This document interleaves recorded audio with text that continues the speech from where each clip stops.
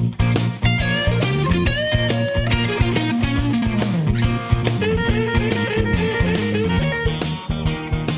to the Rogue Startups Podcast, where two startup founders are sharing lessons learned and pitfalls to avoid in their online businesses. And now, here's Dave and Craig. Yeah, so Joel, I think this is the first time we've chatted, in person over Squadcast. I know we've been kind of internet friends, and I've seen a lot of your stuff on Twitter for a long time. But I think most folks would know you from Case Study Buddy, right? Yeah, probably that or the conversion copy stuff with Business Casual. But Case Study Buddy's been the focus for the past 2 years, and where I've been kind of banging the drum the most and making the most noise. So nice, nice. And what is the like company size, or can you give some kind of idea of scale for folks who don't know about you? Yeah, sure. So we began life as a completely productized service. So like very much, at the time it was very part-time and off the side of our desks. And in the first year, we had a tiny little team of 4. All of us doing, myself and my partner Jen included, all of us kind of doing it extremely part-time. Today, we're at about, I think, 8 staff, and then another, 4 or 5 contractors, just in different capacities. So we're not huge. We're a pretty tight knit team. We, the only reason that we don't have 100% staff is, I guess, 2 reasons. 1, because not everyone's in Canada, and so they can't necessarily be staff. And 2, because some of the roles in the business just makes more sense, even if they're on retainer or whatever. Interviews, especially for us, it's project to project, just makes more sense. It's pretty hard to fill 35, 40 hours a week of nothing but interviews. I don't think any sane person could conduct that many either. But that's where we're at today. Yeah, I hear you on the project thing. So like my first kind of successful thing in this like online business world was what we used to call Podcast Motor, and now we call it Castos Production. So like done for you podcast editing, and we have the same thing. We have a mix of like a very couple of full-time people, and then mostly part-time folks. For the same reason as I always like to say, like, I think this is saying like 9 women can't have a baby in a month, right? But like 9 podcast editors can edit a lot more podcasts than 1 full-time person. And it's just like you want them to be fresh. Most of our like editors and writers want to have other stuff going on, or they want to be part-time. And so it doesn't make as much sense for us to bring them on full-time. But I think like the really core things, we want folks to be like, fully on board and only focusing on our stuff. For sure. I mean, that's, for us too, like we serve the mid-sized enterprise, and certain roles you just really want to have. I mean, we have consistency in our creative teams too, because we have these ongoing relationships. So we're able to provide that, but especially for functions like project management, account management. I mean, those are roles you just want always on, always there, at least for the market that we serve. So yeah, it was an interesting transition going from no staff and all contractors to mostly staff and some contractors, and, advantages to both. Advantages to both sides. And I really like the hybrid sort of team model we've arrived at. Yeah. And I think a lot of like, obviously team members do too. Like a lot of folks are looking for 25 hours a week or something like that. And that's great that we can provide that, I think. I know, like, I followed a lot of stuff you were doing on Twitter last year or earlier this year, I guess we're talking in May, about like cold outreach. It seemed on the surface like it was a bit of a personal journey for you to like even delve into those waters and then like have some success. It seemed like, like what brought about the want to approach that as a like marketing channel or customer acquisition channel? Yeah. I mean, I used to be dead set against it, to the point that I was like, I will never do that. I was like, so my personal history, right? My first exposure to cold anything was I wound up in Toronto, supposed to be for a whole summer. It only lasted a month. What I thought was going to be more of a marketing job, coming up with campaigns, that kind of thing. This was before any of my SEO days or anything. And wound up just being like B2B cold calling. And so that was my first exposure to cold, and it was an awful experience trying to get someone's attention who doesn't want to hear from you, doesn't know it's coming. And so that, that was the backdrop, my context, where I was like, I hate that. I never want to do it again. I want to build a business that never has to rely on cold anything. With Case Study Buddy, I mean, we, in our first years, we grew really fast and really well, just under the steam of our reputation and the space being pretty blue ocean, and my previous work on the on the conversion copywriting side and different connections partner had and things like that. But especially when we made the transition to staff, there was just this recognition of we can't just rely on that anymore, on referrals and on our own networks. We even if we're reaching these really great companies now, our primary battle is getting people to know we exist. And so we had run smaller ad campaigns, and we had done speaking and things like that. Cold was always just kind of on the fringes. And it wasn't until a friend of mine, very smart peer, John Henry Shirk, actually recommended somebody and said, listen, this guy's legit. His team is good. If you ever want to explore this, I feel like this would be a shoe-in just to connect you with the types of people that you want to be connected with, and basically using it almost more as like an awareness channel, like still very much a sales channel, but basically just letting people know like, hey, we're out here at a scale that you can't necessarily replicate with something like social unless you're really effective. So finally, we got to the point where we're kind of evaluating options, and John Henry's recommendation was always in the back of my mind. And so I thought, okay, I'm reticent to do it, but I'll give him a knock on the door. I'll see what their approach is like. And it was in chatting to Chris and his team that finally sold me on at least giving it a try, right? Their approach was very much like, all of the cold outreach I get is awful for the most part. It's like, hire us to do this. It's very form lettery. It's often like poorly written or like cheaply personalized to the point where you're like, yeah, you clearly have no context on us. I didn't want to do that. And Chris and his team's approach was always, well, what can we do that's valuable to these people regardless, right? Like, what can we create for them that whether they work with us or not, they're better for having gotten this email? And I like that mentality. And so we put together a resource specific to the audience we were reaching out to, something we felt like would be beneficial, hit on some of the pain points of experience, offering answers to those things before even engaging with us. And then, so I like the whole structure of that and the messaging and the approach. And we kicked that off in October. And between October and April, we were targeting like C-suite, VP, director level people that I thought would never take a cold meeting. We got over 200 meetings between October and April with the kinds of people we wanted to be. And just for reference, like from inbound to referrals, how many leads or calls did you book typically in a month? I mean, in our busiest months, between 10 and 20, right? They'd be really high quality leads. Okay. They'd come primed to buy. But in a typical month, if you're getting, for us anyways, just purely off of referral, if you're getting 10 really decent leads off, that's normally a pretty good month, right? So all of a sudden, I became a believer because we were booking these calls, people were showing up to these calls, and people were legitimately interested in what we had to sell. Now, I think the other side of it that we didn't anticipate is as we kicked that off, the market really started to crash in the audience that we were reaching out to. And so all of a sudden, and then this was the story for everybody that serves this space, but all of a sudden sales cycles were taking 2x, 3x as long. Price sensitivity, never seen anything like it. The market changed underneath us. And so the reason we pushed pause on cold was not because we didn't believe in the channel anymore, not because we weren't booking meetings, but there came this recognition of, if we want to close the percentage of these that we feel is possible, we need to retool. We need to retool our offering. We need to retool the value that, the way we sell this. We need to revisit things like pricing and packaging, which was a hard pill to swallow. But, and we did close business. We closed of those 200 some meetings, somewhere between 7 and 10 new clients, which is pretty good. Like when your average order value is in the usually 5 figures, you're doing okay.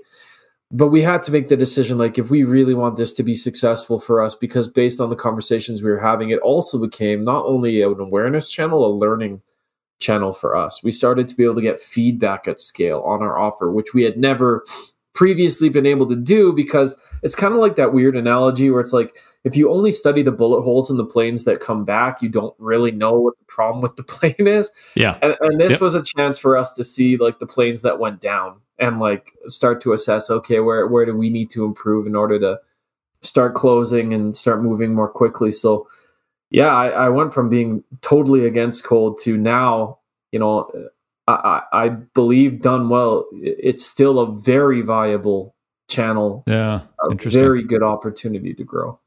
Yeah. Interesting. I mean, I suspected like the success you had, and it was due in large part to like the care you took and the customization and the, like you said, crafting the offer and having an asset for them, like, offering value and all these kinds of things. I'm sure that was a big part in like the success you saw. Yeah, I think it helps too that, number one, like that whole campaign went out during a season where businesses were actively making decisions. They're planning their budgets for the next year. Yeah, I think it helped that we're in a pretty, even today the competition's increased, but pretty blue ocean space. We're not one more SEO vendor trying to convince you we can build white hat links. I think there's certainly other verticals and companies who will face stronger headwinds, but I think the biggest takeaway for me was it doesn't have to be gross. It doesn't have to be slimy. It doesn't have to be messages that feel like an afterthought. Yeah, like with many things, if you put value first, if you're human about what you're bringing, if you can deliver something to them that them well enough to know they will actually use, whether they engage with you or not, framing it through that lens as opposed to want to buy something, I think that made a big difference. Yeah, that's cool. Do you take most of the sales calls, or do you have folks on the team that do sales?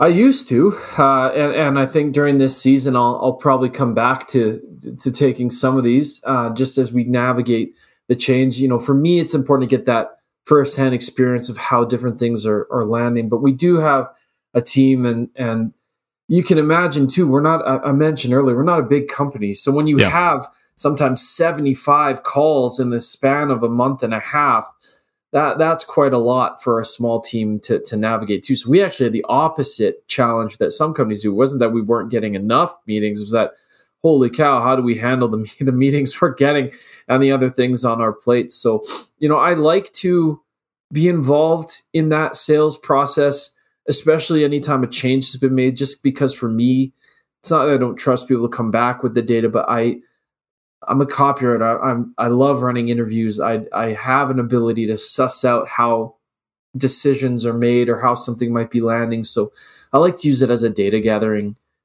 operation. And then when I feel confident handing that off or, delegating that. Yeah.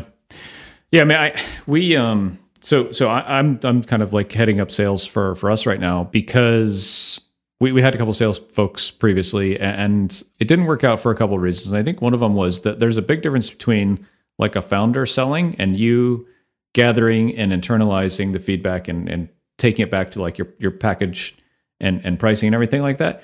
And having two salespeople, which is what we had, gathering information from them, taking it in the context of, this is their first time selling like a professional service. They don't know the podcasting space or the case study space that well. Maybe like there are just so many transitions I think that founders have to bringing on salespeople and getting like the continuity of information back to you. That was such a massive learning for me that like I will definitely do it again, but I will do it very differently, because like you're not doing anyone favors if you kind of set all of that up wrong. And we unfortunately did, and it was a huge learning lesson. And I think that like, it's something that I don't hear anybody talking about. Like you hear folks talking about like, hey, go hire salespeople and take this off your plate, and so you can do higher leverage things. You don't hear folks talking about like, how do you manage like the performance of sales folks, aside from like, how many meetings did you book and what was their show rate and how many, turned into deals or opportunities or whatever. But like, how do you get that feedback loop back from the sales process? Because it's huge. I mean, the bullet analogy is so good, because like, you're talking to customers. It's like one of the few times that you actually get to do that. Yeah. Yeah. I think too, like one of the things people don't talk about, it's not something you can rush, like you're saying. And I think especially in an environment where you need to change or you need to reevaluate. It's extra steps to not only make a change, but then articulate that change to the salespeople and make sure that they're now representing things accurately. And there's a training component, a teaching component, and it's not as simple as throwing bodies at the problem. It's you need to be getting that intel. And I think there's a lot of romanticizing, like you say, about getting out of founder-led sales and delegating that and how that's kind of the hallmark of successful business. But I think there are a lot of things that smaller companies like ours, I think often there's a rush to do that because you want the prestige of being out of sales, when in reality, there's probably a lot more for you to learn. And until you've achieved a level of, I don't know, whether it's product market fit or real heavy confidence in the sales process, until it's been battle tested. And even when it has, like you say, like having to ingrain that in others, like it's a real process. It's easy to underestimate. And that's not to say, I think, again, it is really important to build up to that point. But trying to make the seismic shift from, okay, I do it all right now, to just like, here you go, run with it. I think I would come at it differently in the future. Yeah. Interesting. Who's a typical customer for y'all? Yeah, it's changed over time, but we really like serving mid-sized to enterprise, B2B only businesses. We do well in spaces that are a little bit more technical, so like cloud security or sometimes engineering, data analysis, that kind of thing.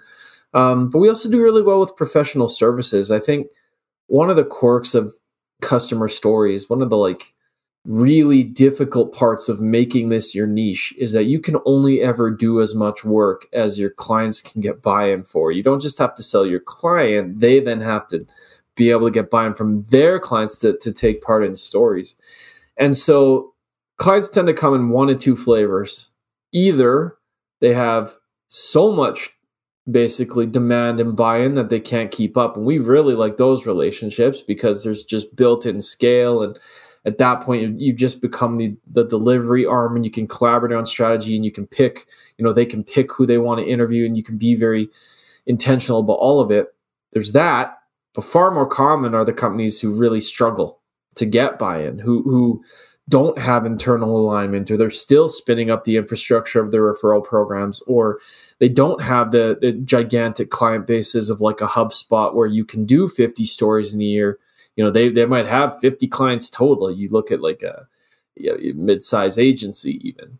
And so we like both, but they're different problems to solve for each. Really, there's a lot of hate to be made, and there's competitors of ours who've chosen to stay there, and I think it's a wise move on their part. There's a lot of money to be made in the small businesses too.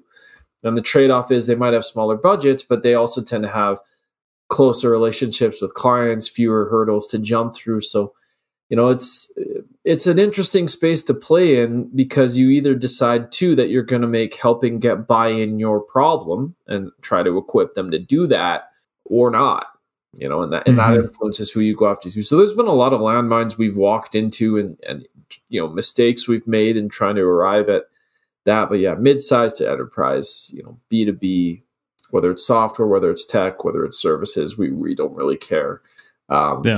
One of the things we struggle with in our professional services is kind of like y'all, maybe we need our customers to do something before we can deliver value.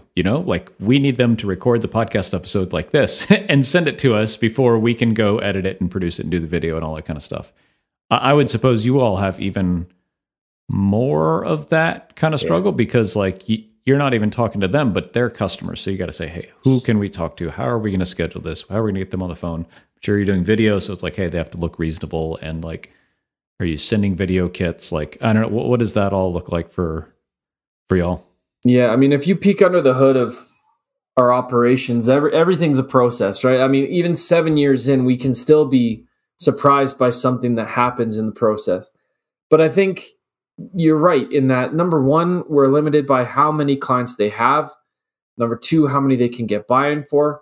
And that question of buy-in, the thing I've learned over time, it splits both ways, both there's internal buy-in you need to achieve to be able to achieve that scale. Because if marketing and sales or marketing and CSMs are ever at odds, it doesn't matter how many clients you have, you won't be able to operationalize things properly.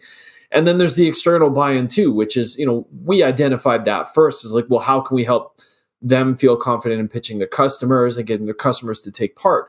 And so in the early years, a lot of my focus and time and attention was towards engineering, and the whole teams was towards engineering a process that felt really great for customers and non-threatening and easy to take part. And I think that was the right move, right? It's the primary thing we have to worry about. But in the latter years, especially the past two, a lot of my time, energy, passion has been, how do we help internal teams do their thing better? Because it's amazing.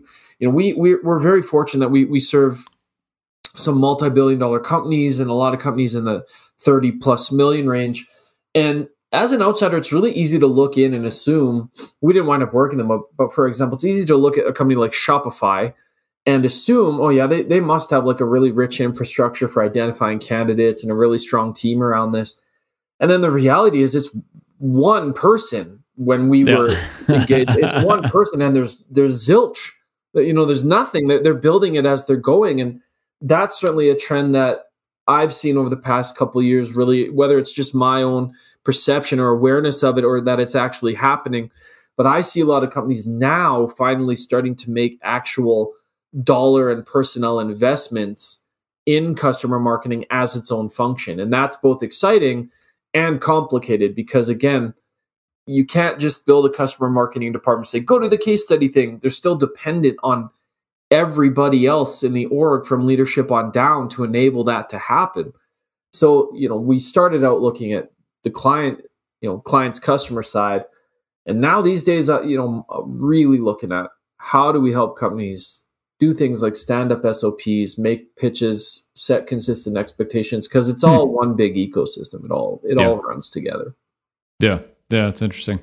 I want to shift gears to talk about social. I've kind of like you with cold outreach. I've resisted social media for a long time, and still like even as of this morning, I was telling someone this is just a giant waste of time. I don't know why I even have a Twitter account. I don't know. So May of 2023. What's your kind of take on social media as a brand thing for like you and how that can help your business? I guess that's where I'm coming from. So selfishly, we'd love to hear. I think it's huge.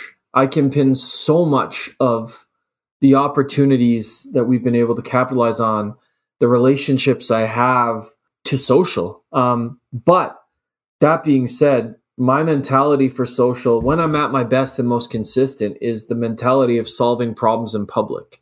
It's easy to look at. There's so much noise. And I was talking with Jordan Shelton on his podcast the other day about, this whole, like, there's a real almost anger or frustration or hatred of some of the things that work. You look and you're like, really? That's what works? That's what lands here? Really? Do I have to play that game? And I think what's interesting, is shifting from a mindset of anger or frustration to curiosity. Okay, well, why? Why does that work? Why is that landing? What is it about that?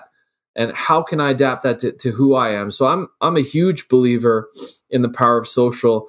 I think this was what I kind of was thinking about this morning and turning over my head. I really believe, especially with the emergence of AI, with the change in the market, with how quickly things in industries are changing, I really believe community is kind of like the future and the ultimate expression of marketing at this point.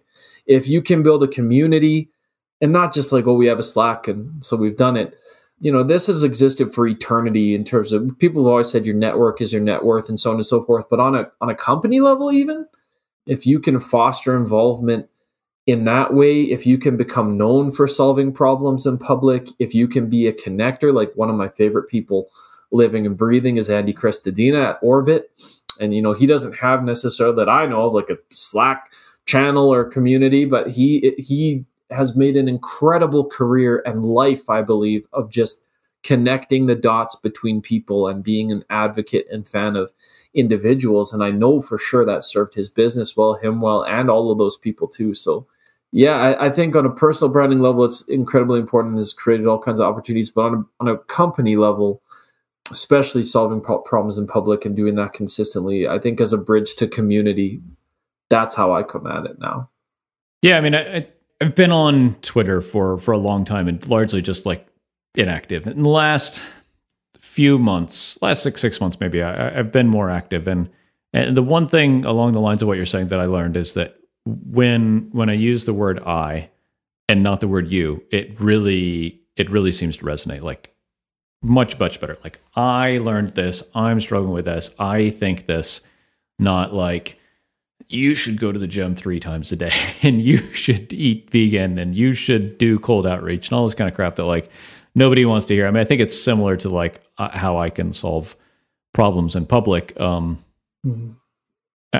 thing I struggle with a little bit is like, I guess you would call it like imposter syndrome. It's like, I'm not, Nathan Barry or whatever, like we're not doing 80 million a month or whatever it is. Like, so like I have a lot that I know, or I think I know at least for like the point I'm at in my journey.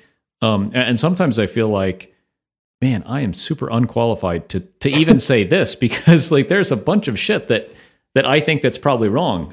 And I guess I just couch it with like, I don't know everything. Nobody knows everything. I hope that folks know the context through which I come with all this stuff, because I think that's like the most important when you're looking at someone on social. It's like, okay, what is Joel trying to say, and like what's his lens? And hopefully, like I represent that. Okay, that like, hey, we're a SaaS company with 9 people, and we're not doing 30 million a year. This is like what I know is in that context.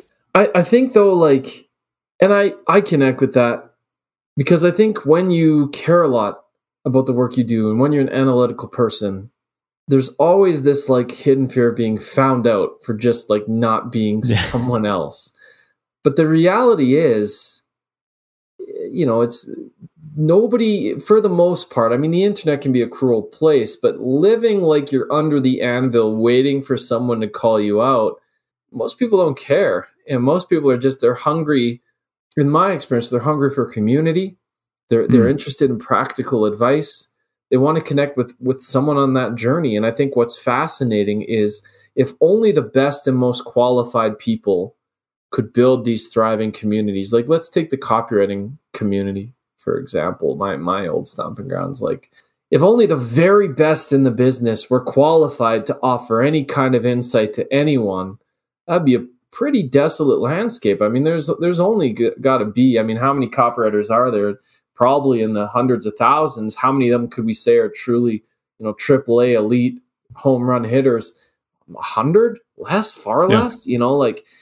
And so I think the reality is it's not where I come at it from is I know myself enough to know that I believe I'm still learning and I'm still growing and I'm still open to being wrong and I'm still, adjusting. And especially, for example, like over the past year, I've been trying to get immersed in more customer marketing and advocacy communities and realizing, hey, there's a lot here I don't know.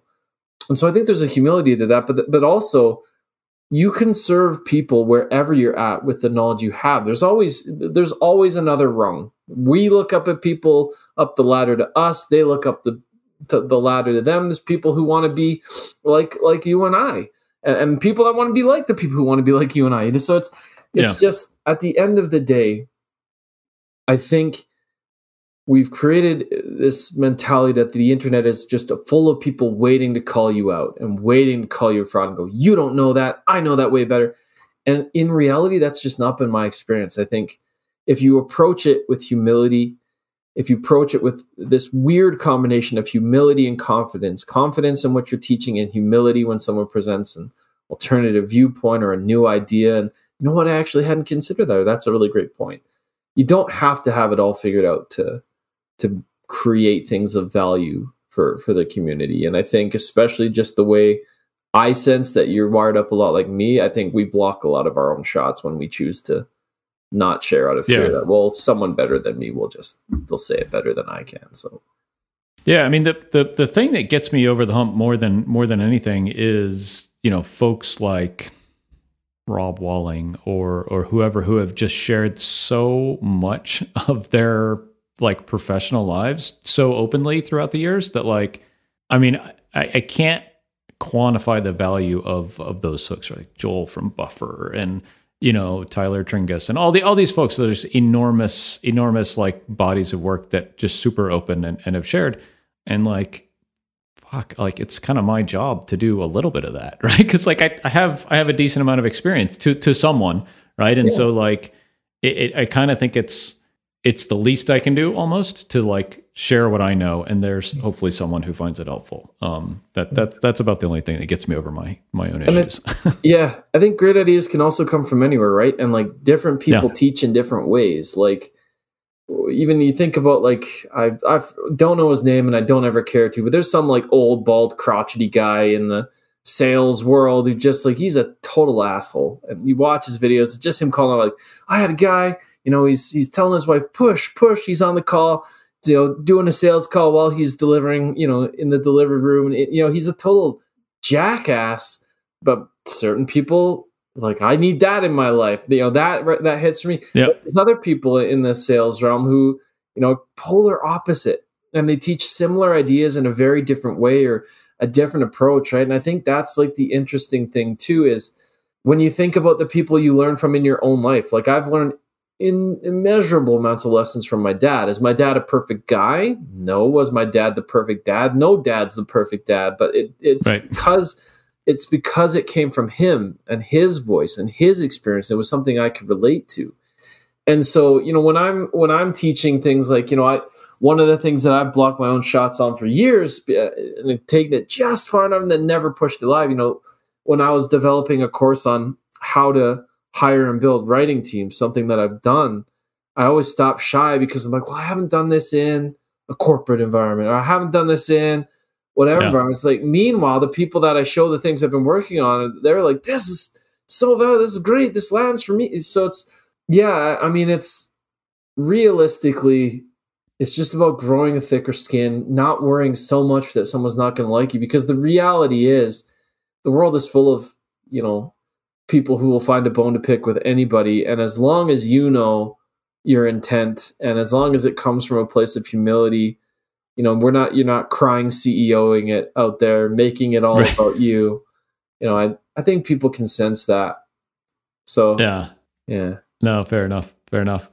Like wrap up talking about AI a little bit. Like you mentioned, it's changing a ton, I think, in marketing and how people in the marketing space think about information, right? And content and stuff like that.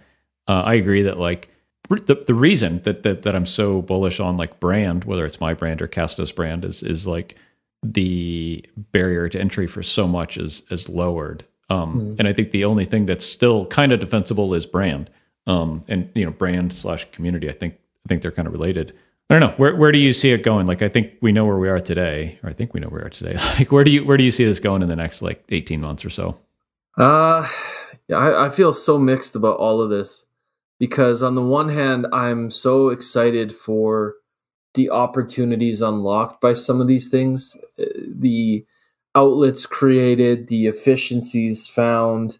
There's some genuinely cool things happening. And I mean, I've used it in my own work, right? Like we had a project recently where, you know, there's almost 30 different, you know, we're shooting live at this event on a very tricky subject matter, complex. And we're doing these live on location interviews. And so we've got about 30 sessions we need individual questions for that deal with specific sessions. And if I had to manually sit down and get to a point of understanding in all of those spaces and analyze each session and manually come up with question sets, it would have honestly been a week-long effort. There's so much to get through. Instead, I was able to take, you know, the title of those sessions, the summaries of those sessions, and then carefully crafted prompts surrounding these are the goals we have for these interviews. These are the individuals who will be watching this. These are the you know, these things, and generate over 200 different questions at the end of the day, finalized questions, more than that I've vetted down in, you know, a matter of hours. And so I see huge potential for things like that and for repurposing. And I think there's a lot of good that can be created. But I think the danger for me on a personal level is there's a huge difference to me between earned knowledge and access knowledge. Earned knowledge comes from experience and being in the weeds and doing the thing and understanding why something is better than something else, or why you take a particular approach, or why a framework, the thinking behind a framework or model. Access knowledge is just, oh, I'll take that. I mean, earned knowledge, to put it practically, if you live in a big city and you use GPS, earned knowledge is the ability to look at the route that GPS mapped out for you and go, what this thing doesn't know is that it's about to be rush hour, or there's heavy construction here that just went up a couple days ago and I'm going to take a different path. Access knowledge is just boop and following it blindly. And I think the thing that I fear is when everything is easy and abundant, the perceived value of it all goes down. And especially when it comes to communication and things like art even that make us human, my concern is that we and the generation that comes after us and my kids, what I hope is that they don't lose interest in understanding how to communicate, and how just because it's easy doesn't mean that it's not worth learning and doing the hard things to learn. Like, I truly believe one of the worst things society has done is idolized efficiency above everything else. Not everything needs to be efficient. Not everything needs to be optimal. Not everything needs to be comfortable. Not everything should be quick. And I think we rob ourselves of a lot of learning and a lot of knowledge when we can just access it instead of having to earn it. And there's counterpoints to that. I think, again, like, there are huge pluses. You look at the opportunity for things like customized learning for people with disabilities or learning disability, things like that. There's so much great stuff that can be done and achieved and make, done to make lives better. And I don't refute any of that. I'm not trying to gatekeep, but I do worry for what the world looks like when we don't believe anything is worth throwing yourself into the hard work of truly navigating and understanding and doing. When everything's a button press, does anything really matter? Like, I don't know. I'm curious. And I think that's the opportunity. I mean, that's where I stand, is like, it's so easy to do, relatively easy to do what you did. But if you were to take that week and really understand something, and that was your core job, you leveled up so much over the person that fed a bunch of stuff into ChatGPT and has a better than surface level understanding, but not like master level understanding. Right. And that's kind of where I am with it. Is like, yeah, I mean, all of the content we have on our blog now is accessible like in a chat, right? And that's bad in some ways, but it means that if we're able to like level up to the next rung, that we're worth so much more in the eyes of our customers, because like, you literally can't get that from the the kind of the prevailing source of knowledge in a lot of our lives. The one thing I think is maybe the most cool that I haven't heard many folks talk about is like it's leveling the playing ground for folks who English is not their first language, right? Think about like writing, even folks who like their writing is very, very good, but like to ask ChatGPT to like, write an article or outline an article or something like that, if English isn't your first language, like it's going to get them on like a much better path, I think. And I think it'll really help folks in like a working situation to work like a lot more effectively. Even think, I think it would be such a fascinating kind of gotcha sort of experiment, but think about all the insidious, sometimes unintentional, sometimes ingrained biases we have. Like, look at a field like hiring, and there's no denying to this day, certain surnames show up or certain, things come through. There are biases that actively may not even be aware of it, may not be a conscious decision, doesn't mean it's right, doesn't mean it's excusable, but things that you're not even aware of influencing the way you make decisions or influencing your decisions, right? Can you imagine, for example, like one of the very unfair biases that a lot of us carry, even if we're aware of, we have to work through, things like someone with a heavy accent, right? How we perceive anything from intelligence or capability. Again, you look at for those who have disabilities. Like there's lots of people who are not me, but who have shared experiences of, they are fully mentally capable. They're brilliant people, but they're in a wheelchair, and so they get treated differently, which is not good or fair. Can you imagine, for example, if I could use some of the voice cloning things or voice overdubbing things to pass an interview, and then I show up as my true self, and does that level the playing field? Like, I think there's a fascinating opportunity, whether it's people overseas or, again, people disadvantaged or disabled in or whatever, of all different backgrounds. I think there's fascinating opportunities to level the playing field. And in many ways, I think a lot of people to be more their true selves, or break through some of the preconceived biases, things that are very unfair, things that are not charitable, things that do prevent them from being given the same opportunities. So I think, again, there's really exciting and great things. And to be clear too, that's not a solution that, like, everyone who has a thick accent, well, if they just mask it with this, like, that's not a solution. The real solution is for us to check our biases and get better at recognizing and solving that underlying issue. But I think it will be very interesting to see, as a tool for progress, not the only answer, but as hopefully everybody continues to do the work of unpacking and eliminating those things, will this accelerate that? Will this make us more conscious of that? Will this level the playing field?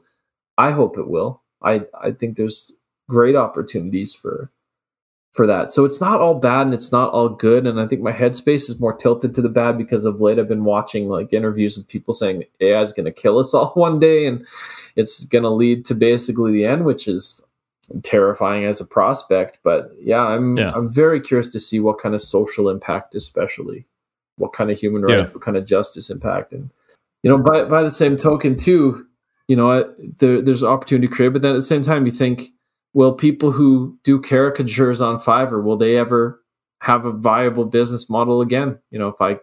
How will they adapt? So it's a real turbulent and interesting time to be alive. That's for sure. It is. I think it's the biggest shift I've seen in marketing, right, and in content since I've been in this world 8 years. Like, nothing else comes close, I don't think. Just life in general, right? YouTube, SEO has been about the same. This is has the potential to be quite different. Yeah.